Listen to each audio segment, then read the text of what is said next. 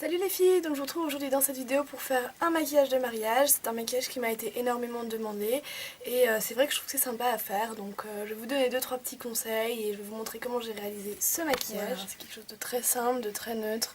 C'est tout ce qu'on demande en fait pour un maquillage de mariage. Donc j'ai déjà appliqué sur ma paupière ma base. Il est primordial de mettre une base lorsque l'on fait un maquillage de mariage afin d'être sûr que le maquillage des yeux va tenir toute la journée. Donc moi j'ai utilisé la Too Faced, la Shadow Insurance que j'adore.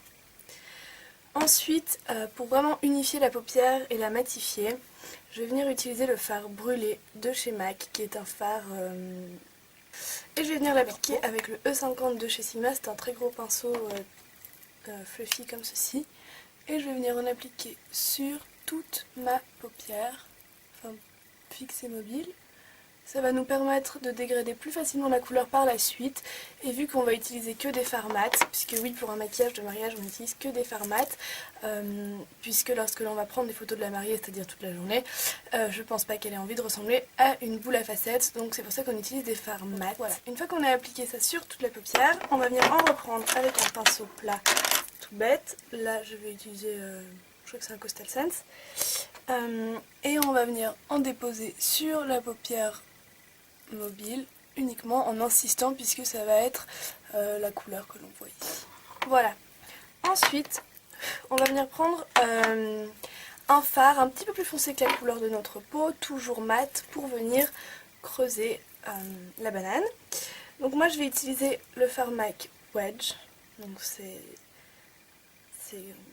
un petit peu plus foncé que ma couleur naturelle, donc après voilà, vous adaptez en fonction de votre carnation.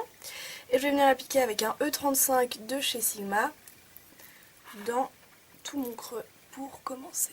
Donc c'est juste en fait pour donner du relief au regard. C'est très important d'avoir quelque chose de bien défini, c'est ce qui est le plus joli.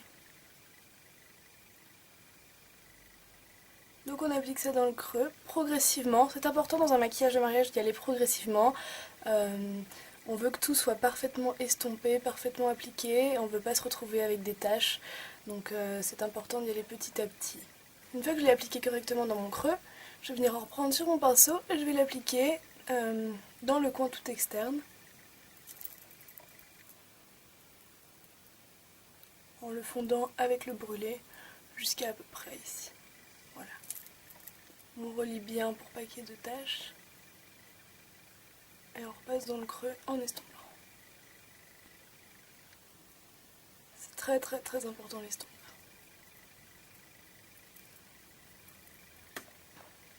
Donc voilà ce que ça nous donne à présent. Donc là, si vous êtes vraiment pas du tout habitué à vous maquiller, vous pouvez rester là. Mais en général, pour un maquillage de mariage, on accentue un petit peu plus le regard parce que c'est quelque chose de vraiment important.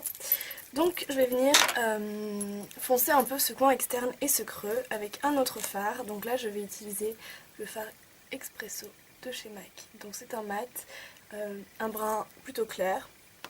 On ne veut pas directement attaquer avec une couleur trop foncée, c'est pour ça que je vous dis on fait les choses progressivement parce que sinon on risquerait de faire des taches. Donc je vais en prendre sur un petit pinceau boule comme ça tout bête. Et je vais venir le déposer dans le creux. Jusqu'à peu près la moitié, on va pas plus loin. Donc je le dépose petit à petit, je l'en mets au niveau du coin externe, je relie bien ici ma forme pour que ce soit très harmonieux. Et je fonds déjà au préalable ici dans le coin tout externe. Après pour ce qui est du reste ici, je vais venir reprendre un petit peu... Merde, pardon. Je vais venir reprendre un petit peu de wedge sur mon E35 et je fonds cette couleur. On veut vraiment quelque chose qui soit le plus naturel possible. Bien entendu, on voit qu'on est maquillé, c'est comme notre mariage, mais on n'a pas envie de faire un truc trop show-off non plus. Tous les regards vont être sur nous ce jour-là, bien entendu, hein. Pour une fois, on peut se l'avouer. Et donc c'est important de vraiment avoir un maquillage qui soit le plus parfait possible en ayant l'air la plus belle évidemment, mais la plus naturelle aussi, puisqu'évidemment sinon ce serait trop facile. Donc c'est vraiment aussi un maquillage neutre qui met très bien en valeur pour tous les jours, hein. Moi c'est quelque chose que je fais si j'ai envie de neutre, pas forcément le jour où je maille. Donc on estompe le tout comme on peut. On peut prendre un peu de temps, on s'y prend à l'avance. Voilà. Donc voilà ce que ça donne pour l'instant. Donc là, ce n'est pas encore fini puisqu'on va venir appliquer cette couleur un peu plus foncée que l'on voit ici. J'ai eu un bug, désolée. Donc voilà la quatrième couleur qui apparaît dans ce maquillage. C'est un brun un peu plus foncé mais qui n'est pas noir et qui est mat. Donc là moi je vais utiliser le fard Embark de chez MAC. Donc c'est un brun assez un peu rouge mais pour les yeux bleus c'est très joli. Et je vais venir le prendre avec le E65 de chez Sigma, un petit pinceau biseauté. Donc j'en prends vraiment pas beaucoup sur mon pinceau et je vais pas du tout commencer bien terne, on commence à peu près les 3/4. Donc moi je commence au milieu, je trace mon trait au fard et ce qui reste sur mon pinceau, je vais venir dégrader la couleur le plus proche des cils possible sans aller jusqu'en interne. Comme ça. Et après j'en reprends et je vais venir faire comme si c'était un liner, donc j'en mets ici dans le creux et je relie ensemble et j'applique la couleur. Je la remonte légèrement dans le creux, ce qui va donner cette impression de liner continu et estompé quoi. Je sais pas si vous me suivez. Donc on fait ça. Hop. Comme ça en gros. Et après bien sûr, on estompe. Ensuite vous ajustez pour que ce soit pareil des deux côtés. Donc voilà à peu près ce que ça donne. C'est important de faire attention que la symétrie soit parfaite. Parce que sur les photos on n'a pas envie d'avoir deux yeux différents. Hein, bien entendu. Donc je viens prendre un peu de ce fard Embark sur mon pinceau biseauté. Et je vais venir l'appliquer au niveau du ras de cils inférieur jusqu'à la moitié. Comme ceci. Je m'arrête là. C'est vraiment très très naturel. Ensuite, on va passer à la petite touche de lumière parce qu'on a envie d'utiliser des fards mat, soit, mais on a quand même des points de lumière à illuminer sur le visage. Donc ça c'est quelque chose que l'on va faire, mais en toute légèreté. Donc on ne prend pas les vraies paillettes, hein, j'ai envie de dire. On va prendre un fard irisé, couleur chair, vraiment très léger. Et pour ça, j'ai choisi le All That Glitters de chez MAC, qui est bien sûr hyper connu. Et je vais venir prendre ce pinceau là qui n'a pas de référence mais qui est très bien pour faire ça. J'en prends sur mon pinceau et je vais venir l'appliquer très légèrement en toute petite touche au niveau du coin interne. Vraiment c'est quelque chose à peine dissociable, c'est vraiment... Voilà quoi. Naturel. Et j'en prends un petit peu aussi pour mettre sous l'arc de mon sourcil. C'est tellement léger qu'on n'a même pas besoin de repasser et d'estomper. Hein. Voilà quoi, c'est vraiment tout léger léger. Bon après vous en mettez un petit peu plus si vous avez envie. Tant que c'est pas trop flagrant. Voilà, c'est qu'il faut pas que ce soit un irisé trop fort parce qu'autrement sur les photos ça va pas ressortir très bien. Donc maintenant on va venir appliquer le crayon donc dans la muqueuse. Donc bien évidemment pour avoir un regard frais, une petite fleur, non je déconne, pour avoir un regard réveillé et beau quoi, on utilise un crayon couleur peau. Donc moi je vais utiliser le crayon correcteur de Sergio Alvarez, hein, donc c'est un crayon beige couleur peau que je viens appliquer dans la muqueuse du bas. Voilà, on n'en met pas trop parce qu'on n'a pas non plus envie d'un truc trop chargé. Si on en met trop en général ça fait trop fake donc c'est pas top. La dernière étape c'est l'étape du mascara, donc moi je vais venir appliquer le volume million de cils Extra Black de chez L'Oréal.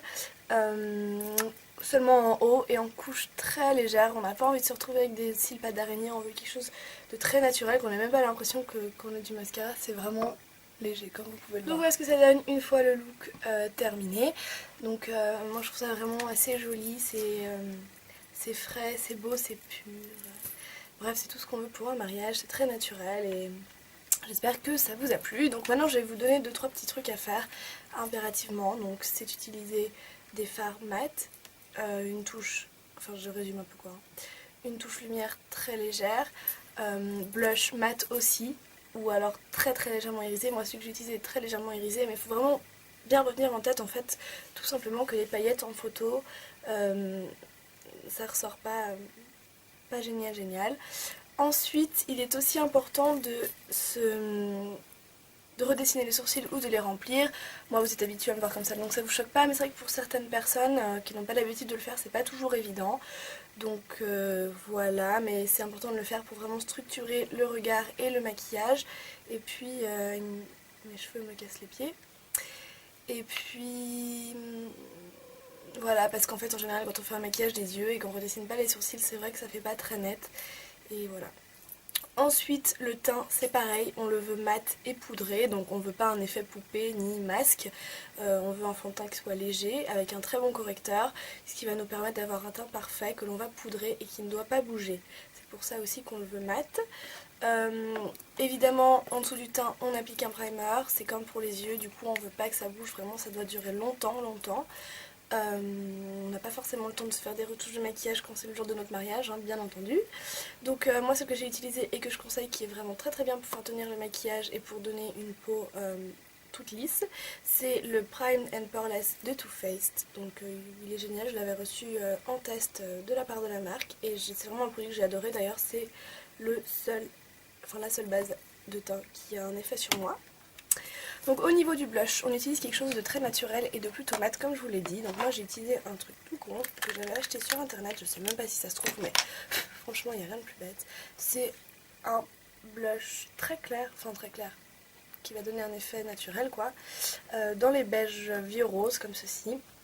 Et c'est un Maybelline Warm Rose. Voilà ce qui est écrit. Bon, ça doit être une des collections que j'ai acheté sur internet, mais franchement il est très bien pour ça. Ici en touche lumière, j'ai mis en toute petite touche mon All That Glitters de MAC pour quand même donner un petit peu de vie à ce teint. Et au niveau de la bouche, j'ai opté pour quelque chose d'un peu plus rose, je vous montre de plus près. Donc j'ai d'abord utilisé un crayon, puisque c'est pareil, c'est ce qui va faire tenir aussi le rouge à lèvres. Bon, le rouge à lèvres, pas de surprise, hein, on se doute bien qu'après avoir embrassé tous les invités et discuté pendant 3 plombes, on n'en aura plus trop, donc voilà. Mais le crayon que j'ai utilisé, c'est le Naked Liner de chez MAC, donc c'est une couleur très claire, l'association parfaite avec crème de nude, je sais pas si vous l'avez, moi c'est un rouge à lèvres que je sais pas, mais c'est vraiment le crayon nude par excellence qui va masquer la couleur des lèvres. Puis ensuite j'ai appliqué un rouge à lèvres un peu plus rose, donc c'est le Party Pink de chez ELF que j'ai dépoté. Voilà. Et comme gloss très légèrement, parce que c'est un peu comme les paillettes, on n'a pas non plus envie d'avoir la grosse bouche bien pulpeuse, bien glossée quoi. Donc j'ai utilisé un gloss de chez Guerlain qui est trop beau, c'est un petit rose comme ça qui va très bien avec le rouge à lèvres. C'est les Kiss Kiss Gloss, et celui-là c'est le 864. Je sais pas si vous arrivez à voir avec ces étiquettes en miroir. Donc voilà en gros tout ce qu'il faut savoir pour un maquillage de mariage. Après voilà, ça c'est le maquillage, je dirais, classique de chez Classique. En revanche, voilà, un mariage c'est différent pour tout le monde. Certaines personnes ont des mariages à thème, c'est super sympa, on peut aussi s'amuser. Ça dépend du thème, de ce que la mariée souhaite, de tout plein de choses en fait. Mais si vous vouliez voir un maquillage de mariage classique en ayant conscience des bases, je dirais entre guillemets, que l'on applique pour un maquillage de mariage, j'espère que voilà, ce tutoriel normalement devrait vous convenir. Pour la coiffure, je me suis un peu battue avec mes cheveux puisque j'ai pas réussi à faire grand chose, donc du coup j'ai fait un petit chignon rapide. Je l'ai fait un peu comme le chignon 60s que j'avais fait en vidéo, donc je vous mettrai le lien ici si vous l'avez pas vu. Il est mieux réalisé celui-là, celui-ci c'était vraiment juste pour donner un petit effet marié avec une petite boucle, enfin voilà quoi. J'espère que ça vous a plu, je vous fais de très gros bisous et félicitations à toutes les mariées. Bye.